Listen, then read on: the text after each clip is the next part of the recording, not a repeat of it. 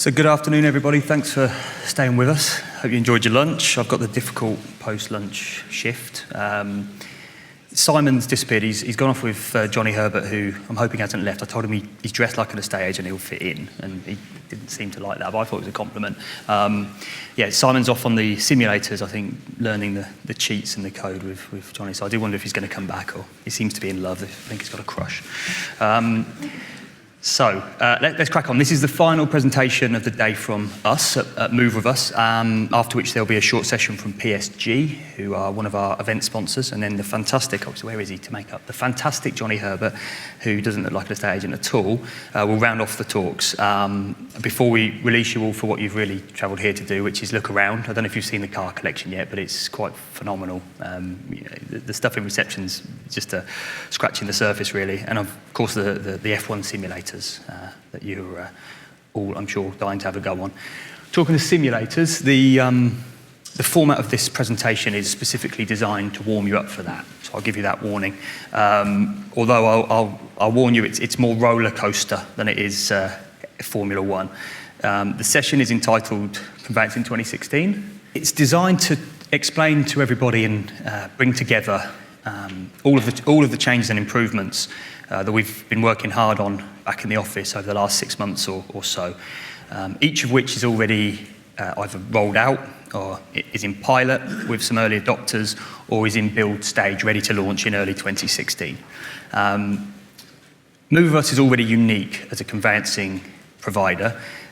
We bring corporate properties, no one else does that, and you know that's key, and arguably it's what we've sort of built our business on over the years. But for me, we need to be much more than that. When I took over as MD a little under a year ago now, I suppose I was looking at the conveyancing business with sort of fresh eyes and ears. I quickly noticed a number of repeating, let's call them grumbles, from clients, mostly the outcomes of how we work. I asked a lot of questions. The main one being, why do we do things that way? Why do we do it like that? The answer I tended to get back was because that's kind of how it's always been done. We've been in this business for well over 10 years now. The business that I inherited was built very well. Great clients, many in the room today, and long-standing relationships, and on the face of it, some pretty decent results. However, early benchmarking that I did showed there were huge differences in conveyancing penetration rates. And by that, I mean the amount of instructions that we achieve as a percentage of the sales and listings that you have. That's how we sort of measure that, the opportunity that you have. And that was in turn driven by equally large variances in both referral rate, the amount of the opportunity you send to us, and also conversion rate.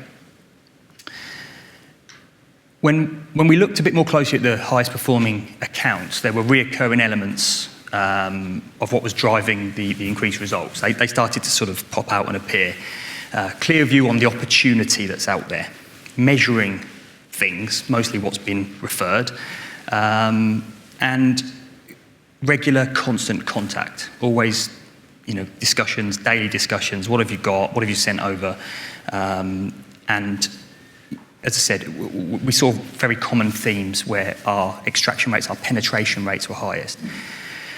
I think also understanding that the grumbles that we talked about, they get in the way, right? The grumbles and issues, whether it's I can't get through to you, to give you a referral, or the solicitor performance, they get in the way of your staff wanting to refer opportunity to us. And ultimately, conveyancing is a secondary activity. If we don't make it easy, or the outcomes aren't always positive, then no wonder you'll have offices go off the boil, and that really affects results.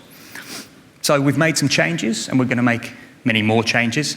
And each change has come from either listening a bit harder to what our agents are saying, or looking a bit harder at a part of what we do. And I suppose no longer accepting that there isn't anything we can do about each of these things. My view is there's nothing that we cannot improve. Those small positive changes can join together and collectively have a pretty large effect on the final outcome. What I really like about this part of our business, and sort of what I became very aware of when I took over, is conveyancing is a true partnership. And what I mean by that is we have to work very closely with our agents to get the outcome. And we both benefit. We have a shared incentive. You know, if we do a few more, you get paid a bit more, and we get paid a bit more. So it is a true partnership with shared incentives for both of us to achieve success.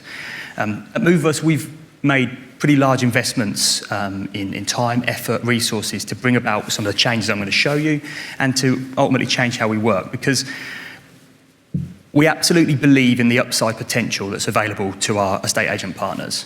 And in achieving that, the upside potential that's available for us. Okay? This is Conveyancing 2016, and I hope by the end of this session, you'll believe in that potential too.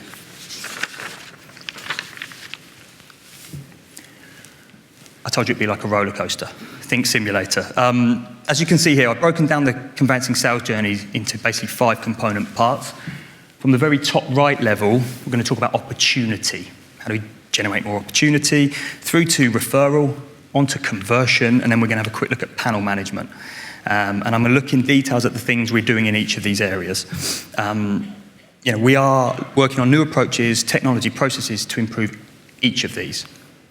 You'll see how many of the items are interlinked. We'll use the same systems or technology to achieve different things in different areas, and I hope that will come clear by the end of this.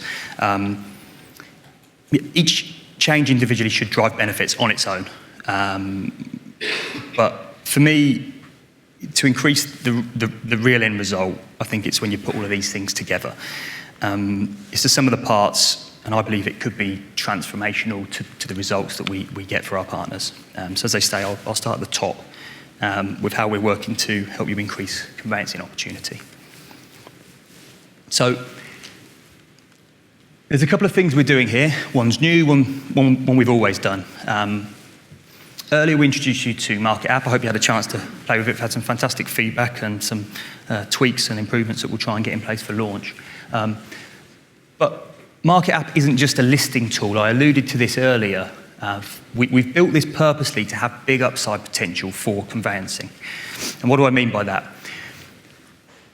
The biggest pot of leads, biggest pot of opportunity happens at valuation stage. Okay? And what we'll have now is a tool that helps us identify and capture that opportunity. What happens at the moment is we tend to focus ourselves and yourselves at the opportunity that comes from listings. By definition, it's a smaller number. Whether you're winning 60%, 40%, 25%, it's a smaller number than the valuation. Obviously, the app is designed to help you win more listings, as we said earlier. So when you win those extra listings, there are more referrals. But for us, back end, this is about identifying valuation opportunity.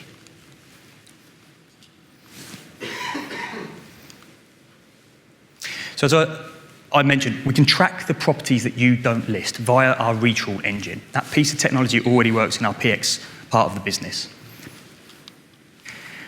And when they list with another agent, we can reapproach that lead, your lead, for you to recapture the conveyancing. Just because they haven't listed with you doesn't mean you can't earn conveyancing income from them.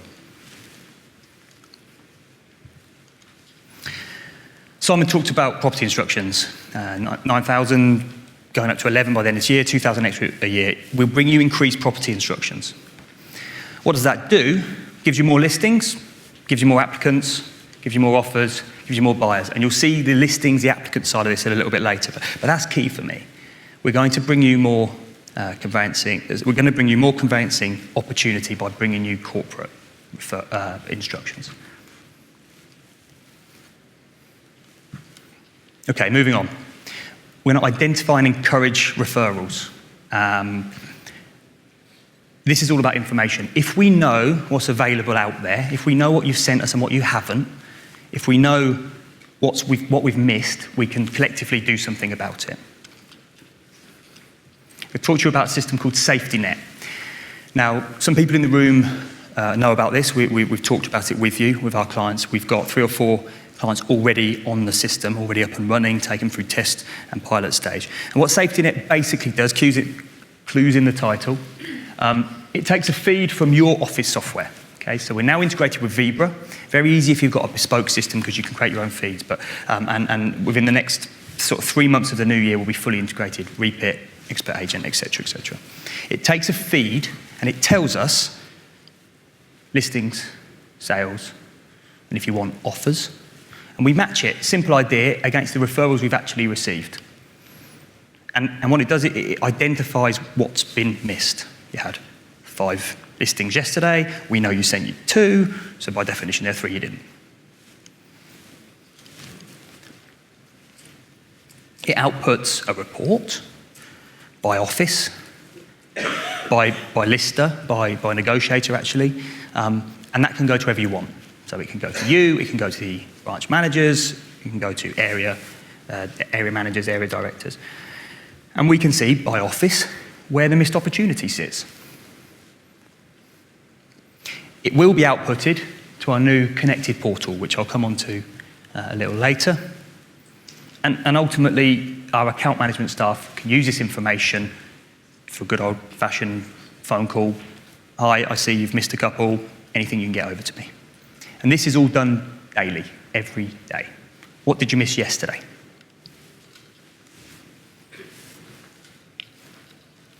And we have Market App. And as I said earlier, what Market App does, where Safety Net gives us sales, listings, offers, Market App puts us in at valuation stage, the biggest pot of opportunity. We can identify all the valuation opportunity because you've used it. We know the addresses, we know the properties. There's a one-click referral, as JP showed you. Same thing. Missed referrals can be tracked, presented back, you can report on it into the portal. And we will chase it again, and we will have those conversations. Okay, moving on. We need to create a pro referral environment. I've alluded to some of this stuff. It has to be easy to refer to us. So, how do we improve that? Well, a new connected conveyancing portal for launch in the new year.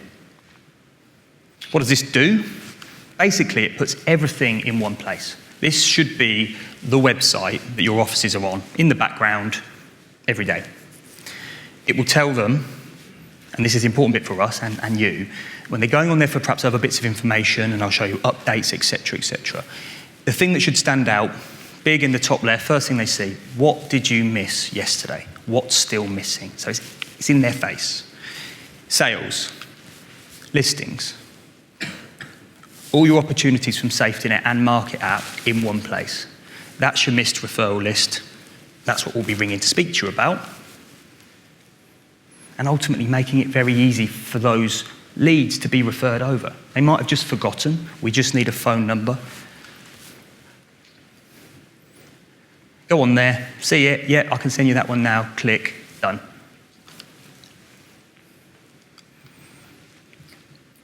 Whilst we're doing this stuff, I want to, as I said, I want to improve the service, I want to improve how easy it is to work with us. Office contact's important. We want you to see us as part of your team. This section of the portal will tell your office who is online working for them at Move With Us today. Account managers, BDMs, it will tell you who's on holiday and who's not. And if you want to chat with them, there's an online chat. Again, a bit of technology that JP uses in his part of the business. But online chat's great. People can just send you a quick email, quick message. Did you get this referral? We can send one back. Yeah, what about those missed opportunities? Without clogging up the phone lines. Just for them to know we're there and that we're working for you today. We'll have all your referrals, so you can check all your key information, what's happened to those referrals. We've got suites of new reports that will tell you. You sent 10 to us yesterday. We've tried 8 of them. We've made contact with 5. These are the outcomes. And your solicitor information. Where's my files gone? You'll click through these. It will tell you exactly where each of the files are, what status. And if you want to ask a question, click the chat button. Okay, we've designed, and on the back of the launch of the Market App will be much simpler, a referral app We won't be giving away iPhones with this one. It will just be download to whatever smartphone you've got. But effectively, look, make it easy for your staff on the road to refer to us. Previously, we said, give us a ring, and then when you tried to call us, the person you were trying to call was on an outbound call to your customer from yesterday trying to sign them up. So your valuer can't get through, gets peed off, doesn't bother, forgets, whatever it is. We've made some changes to try and make that easier, but we've got to understand how our agents work. Half the time, they're out of the office. Don't come back and log into our app system because that's a nightmare and you have to hit the office. We want it now, right? And they want to give it to us, so let's make that easy. We're improving our call centre setup. Okay? We've examined call stats, we've listened to feedback. There was some amazing stats, I'll just sort of give you some of them. But ultimately, how we were set up until very recently, single phone lines into account managers. I understand the importance of relationships, we'll come back to this, having that contact. But when that account manager is primarily targeted to convert the referrals you've already given us, 75% of their time is outbound calls. So when your office want to speak to them, it's not a surprise they can't get through.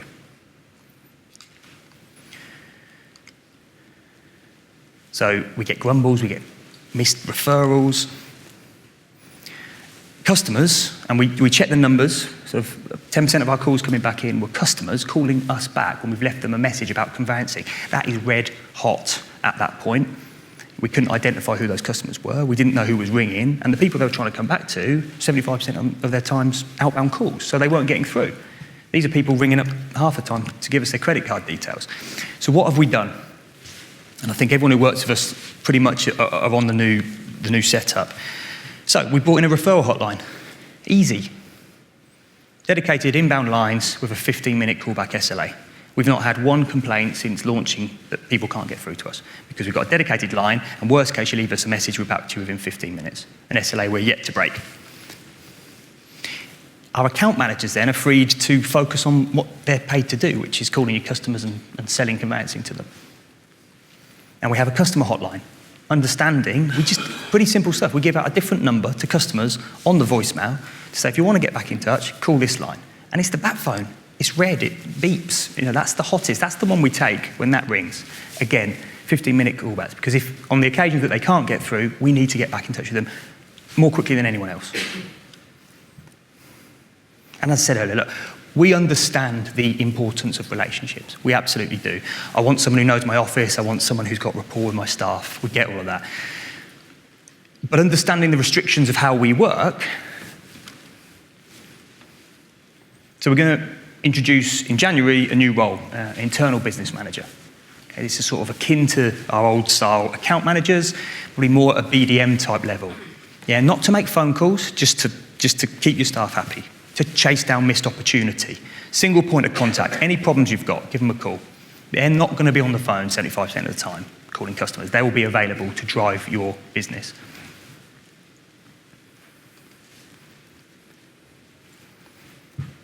And really key, in the safety net trials we've done, you would think putting a number in front of someone that says you missed 50% of your opportunity yesterday, 10 referrals that you didn't send us would be enough. But when your offices are busy, when you're busy, when you're out trying to win, you know, an increasing share of a decreasing number of listings, we're going to have to put the feet on the ground for you. And as I said, this is a partnership, there's joint incentives. So we'll put the people, the internal business managers in place to call your offices daily, friendly, whatever you want from us, to have those conversations. We missed 10, anything we can do about it. Yeah, we can talk to you about the property addresses, I can talk to you about the customer name. Mr. Jones, Church Street, can you send it across? And that while working very closely with the business development managers in the field. Yeah, we're still going to have BDMs, it's still important we get out there and see you all. We're going to put the resource in. Okay, moving on. So let's talk about maximising conversion rates. I'm going to show you a few stats. Hopefully it's presented in a slightly different way, but I think they're very worthwhile sharing. We've needed to re-examine conversion rate. The business was obsessed with maximising conversion rate. And I think what I'm going to show you probably shows us the wrong approach. You know, where can we get 50%, 60% sign-up rate? We've also got to understand the effect of the stage of the transaction on how much opportunity is there? I've talked about valuations, the most opportunities at valuation stage. But also the stage of that transaction on need, which I'll come on to in a minute. And the two things are related. The likelihood of fulfilling that need elsewhere, that they've bought elsewhere, that they're going to use their own solicitor. So I'm just going to fill this up a bit at a time. I'll split this into 4 stages. We've done an awful lot of analysis. We've got thousands and thousands of data points. Basically, broadly split into 4 stages, the buying and selling process. Consideration stage, this will make a bit more sense in a minute. The intention stage, decision stage, transaction stage, and you'll get what I mean. You've got vendors, you've got purchasers. So what are we talking about? Consideration stage is evaluation. I'm considering my options. Intention, I'm listing, I'm intending to sell. Decision to make, point of offer, it's getting real now. And finally, sold, we're into transaction. Same on purchase. It sort of maps in the same way. And we record the stage of referral when it comes through the door. So we know when you've sent us something at valuation stage, we know when you've sent us a purchaser who's at offer stage, etc. Okay. The conversion rate for each of those stages, this will be unsurprising. 60% convert at that stage. 40% at decision, 30% at intention, although actually at listing we get around a 50% average conversion rate. So if you combine that with the viewings, about 30%, and 10% at consideration stage. Okay. That's not surprising when you look at it. And when we do the analysis of not yet ready, when I talk about need, who needs a solicitor at valuation stage? Who needs a solicitor at transaction stage? Everybody needs one at transaction stage. So when we look at the reason they give us, and we've done this in a lot more detail since I've been in, I do like my stats, we've collected this information. We've categorised why they say no. Again, not surprising, related, but at transaction stage, only 10% of people say they're not yet ready, but at consideration stage, it's 80%. Of course, makes perfect sense, because who is ready to buy solicitor services when they're not yet decided which agent they're going to go with, or even perhaps if they're going to list or whatever? So that's unsurprising. We then looked at when they said no, the percentage of people that said no, 40% of people that said no at the end, 90% at this valuation stage. How many of them cited, I'm buying elsewhere, own solicitor as the reason? Again, this isn't surprising. 40%, 30, 15, 5. What does that tell us? It tells us that if we wait until the best conversion rate, we're also losing 40% of the opportunity because they've gone elsewhere already. Whereas if we look at this thing at the very beginning, only 5% of those leads have got someone already in mind. Finally, we talk about opportunity volumes, which I sort of showed you on the market app slide. But ultimately, there are the most opportunity at valuation stage, so at consideration stage, and it drops off. You don't win every listing. Not every listing gets offers. Not every house sells. And that's kind of proportionally, that's what it looks like. Proportionally, that's what it looks like. So, the conundrum. How do we capture and convert more from the opportunity we have? And I think you can see from this, focusing on the transaction stage, because it gets us a 60% conversion rate that we can all feel good about, is by far the least opportunity. And also, you've lost almost half of people because they've already gone elsewhere. So it's too late to wait for that point. So, what do we need to do? One of the big things for me, we need to redefine what we call non-proceeding. I'm going to talk a bit, this is sort of internal, move of us talk now, but ultimately we look at non-proceedings, we look at sales as a sort of binary process. Do they want to buy, yes or no? And if the answer is no, we'll move on to the next lead. Okay, they said no and on we go. But what is actually a true non-proceeding and what is I'm not yet ready to buy, or actually to an extent I haven't yet contacted, because we non-proceed leads after so many calls because we couldn't get hold of them. It was 3. Why did we pick 3? We'll try them 3 times because we've always done it that way. And we need to specifically target not yet ready to buy. Okay, these aren't people who are saying no, although that's kind of how we treat them. These are people who are saying not yet. So what do we need to do collectively, because it is collective? We need to change our attitude. I see in 6 months' time us coming to speak to you about the account performance, and when we say your conversion rates dropped from 50% to 40%, we don't see that as bad. We see that as good, because the overall number's gone up, because we're now going after people at earlier stages, and we've increased the amount of leads coming through the top. We definitely need to change our approach. Move of us can no longer just see it as a binary yes, no. And I think some of this leaks into your offices as well. If someone says, I'm not yet ready, and we pass it back to you, do your team think, I must think about when I reintroduce that to have that conversation again? And I think in the main, the answer is no. Partly because we don't tell you all the time why they said no. Okay, so we've got to smarten up.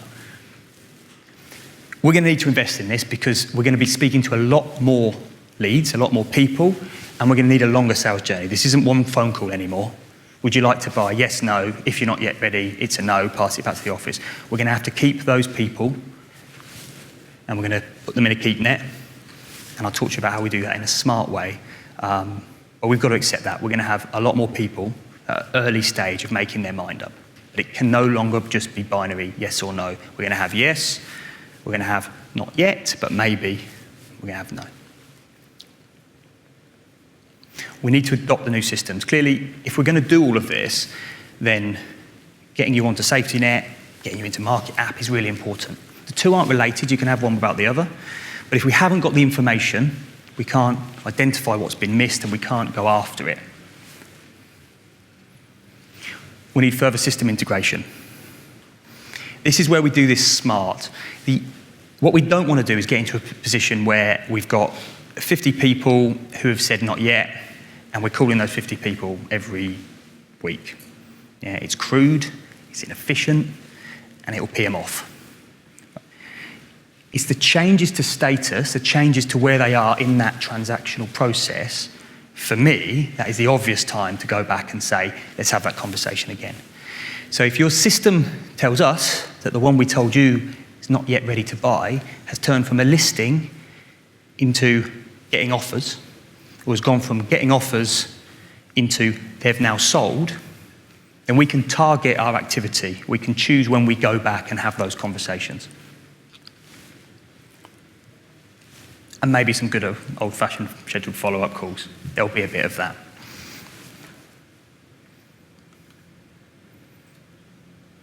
We're increasing the call attempts before we non-proceed. We've done a pilot, gone from 3, because that's how it's always been, to 5.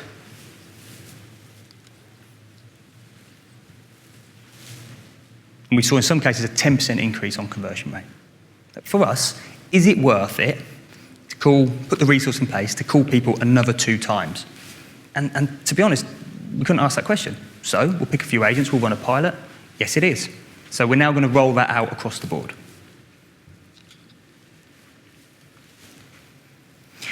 Okay, the last one's quite a big one, and it's tricky because we've got other third parties. This is no longer just you and us. This is no longer us saying, you give us the information, we'll put the resource in place and we'll make the change. Improving panel management. It's a big subject, and as I said earlier, I think the thing for me, we've got to take this on collectively. We have to take this on. The reason for that is because probably the biggest source of grumble is the solicitors aren't performing, clients are complaining, and my office don't want to refer anymore. And they won't. And it will affect our referral rate, and it will affect our conversion rate, and it will affect our joint results. So we need to take this on, and we need to have some pretty grown-up adult conversations here, because I think we're both guilty, realistically, about kind of how we've got ourselves into this position. But what I'll say is that we have a situation at the moment where we want to improve the performance of the solicitors, we want to improve our panel management. I'll show you what we're going to do, but we can't do that with unmanageable panel sizes. I'll make the statement now, but your BDMs, your Moverse contacts will come and have this conversation with you in a bit more detail. And we're not going to push anyone into doing anything, but this is just food for thought. I want you to have a look at this and then just ask yourself the question, is this what our panel looks like? Is this how we've acted? So As I said, good solicitor performance is critical to getting your offices to recommend to their customers to want to take this on. Panel spread. Okay, this is what's happening in a lot of cases. I've worked with a few solicitors now, a few agents now looking at their panel because we've got problems, and I've got myself involved because I wanted to understand this stuff.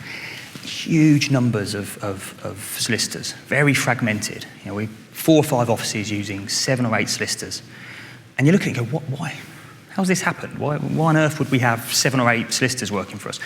And effectively, they all get less. They get less files, they get few files, and so we're not important. So when we come to try and manage them, it's very difficult. A, because there's a load of them, and B, because the volumes of work means that it's just not as important as it needs to be for them to take it seriously. So how's it happened? And when I track back both those cases I've been working on, you know, they started life with a decent, sensible panel size. And then, you know, a solicitor performs, another solicitor performs, and then one month, one doesn't. And what we tend to do is, rather than saying, right, you know what, is it bad enough that we need to replace them? You know, we tend to get ourselves into a position where basically we say, you know what, let's replace them, bring someone else in, give them a bit of work. Let's reduce the amount of work we give them. And we end up with an extra solicitor on the panel, and everything's watered down. And it happens again. Now someone else isn't performing, let's bring in another solicitor. We're not ready to sort of sack them off, let's show them we mean business, we'll bring in another solicitor. And we get panel spread. It's a position where when you stop and look at it, over the years, we've got all these solicitors, and we probably feel a bit guilty, we've got to give them all some work still, and they end up with very small amounts in a lot of cases. So what's the problem with that? The way this really has to work is that solicitors accept, lower fees, that's supposed to say, in return for some certainty and some volumes. And that's what we did up front. We said, look, we're going to bring you lots of work, and you know, if that agent goes a bit quiet, we can bring you some from over here. But ultimately, you're not going to have to sell. We're going to bring the work along, and you know, that works for them. That works for them. And we're still signing up solicitors today on that basis. Then you've got to keep to it. So that is right, isn't it? They get lower volumes now. That's what I was trying to say there. They get lower volumes, and that's not what they really signed up for. That's not how we started this thing. So they get lower incentives to work with us to fix issues. Because, you know, they just get switched off, or they get dialed down. You know, will you get the staff you need? Will you train some people? Will you bring some more people in? Well, you know, you're just reactionary. You just turn around and take it away from me. And actually, if I'm only getting 3 or 4 files a month, why would I? It is difficult to manage, right? It is herding cats. Now, we've got a team who are there to make sure they fill the system in, so you get your information. You know, can I get an update where we are halfway through the month? Yeah, let me just call 12 separate solicitors and get them to tell me about their 2 or 3 files.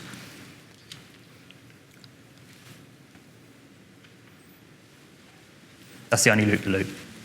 So what do we need to do? Look, we need to trim, and it's not in all cases, and it needs to be in agreement, in partnership, but we need to look sensibly at this, to trim the panel, trim those panels that have spread, and it's not everyone, but there are panels that are spread too thinly.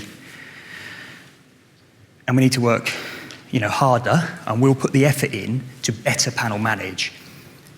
But we need sort of fewer firms per agent. And what does that mean? We'll go back to what we were sort of trying to do originally, but some as well, right? What's in it for them, the solicitors? Larger volumes, pretty obvious.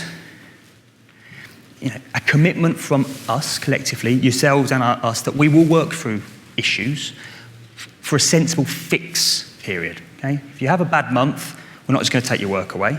If you have a bad 2 months, maybe 3, then we're going to have to do something about it, right? But we will stay on board while you put those things right. We won't just be reactionary and take it away. We will move to allocation by performance. We're already running a system, and we're going to introduce it a bit more in the new year, where we show performance, we show allocation each month, and we start to have some sensible conversations about sort of matching the two together. You know, if you've got a good performing solicitor, they have to be rewarded if they've got the capacity with a bit more work. And those who are poorly performing, they've got to have the stick that if they're not very good, they are going to lose some of the work. I'm not saying we're just going to guarantee them 20% all the time. They've got to perform. But over medium term, 3-month type measures, you know, there has to be reward and consequence. But you have to see that through. If they're your mate down the road and we're saying your performance is terrible, they do need to feel like they need to put their ideas up. There will be consequence. They will have their volumes reduced. We can then accurately project volumes for them. This is really key for solicitors. We know this now from working more closely with DC Law. We've got huge amounts of data that tells what seasonality looks like. For any client, within about 10%, we can predict based on the last few months what they're going to do, how many instructions they're going to produce in February, in March, in April. And we need to share that with the solicitors so they've got a kind of resourcing plan that they can put around it. And we can look further into the future, ask them, do you have the capacity? Do you have any issues? Recently we've had a couple of solicitors say, oh, I'm full this month, I need to dial it down. That can't happen. It can't happen. But if we were telling them 3 months ago that these were the volumes they were going to get, we were all there summer ago, the transactional volumes got too much. We've got to show them where the volumes are going to go. They need to have longer term certainty of business levels, right? They need to buy into the fact that they're your solicitor, very important part of one of 5 firms on your panel, one of 4 firms on your panel. And that means something, and they can be certain if they perform, if they do what we want them to do, of those business volumes. But of course, it's not all what we need of solicitors. What do they need to do in return? And when we look at your panel with you, we need to have these conversations and say, are we going to get that back from these people? We need to choose the right solicitors to keep on board. And look, I say, we're not looking for a mass cull here. We're not. We're looking to neaten around the edges, okay? But what do we want back from the solicitors? What will we demand back from the solicitors if you're going to give them a fixed period, if you're going to give them volume projections? What do you expect back from them? We're going to have new SLAs, strict adherence, okay? They're going to fill the system in. If they don't, there will be consequences. They're going to give callbacks to agents within 4 or 5 hours. The calls come in, you have to do this. We're going to reward you with more volume, more certainty, projections. In return, we need good service, we need good contact. They need to value what you give them. You need to value, when you work with someone on the high street who does family law, that does all other bits and pieces, generally conveyancing are the lowest fees. And panel managed conveyancing are even lower than that. So you've got to have a real sort of adult conversation. Do you value this work? Because if the answer is no, but I'll just do it, they're never really going to adhere to the SLAs. They're never really going to perform. They've got to commit to the capacity and commit to 3-month capacities, and they can't change their mind. You said you would take these files, you're going to take them. It isn't a choice of saying, oh, well, this month I want to dial it down because we've got volumes coming in. As I said, just to repeat it, it's going to be a joint, this is a joint project really, and you'll call the shots. We're just asking for a sensible reconsideration of your panel. Okay, so to finish, what have we done? We've measured an awful lot. I've got some very tired analytical people in that part of the business now. We looked a lot at what we were doing and each component part. We've listened, we've asked a lot of questions, done a lot of challenge. We've innovated, I hope you can see that today, and we have genuinely changed. And I hope you can see from what we're putting in today, there's more to come. Okay, we want to grow your opportunities, we want to maximise the referrals you send across, we want to convert as much as we can, and we want to improve the way we work with you. And I'll leave you with that question.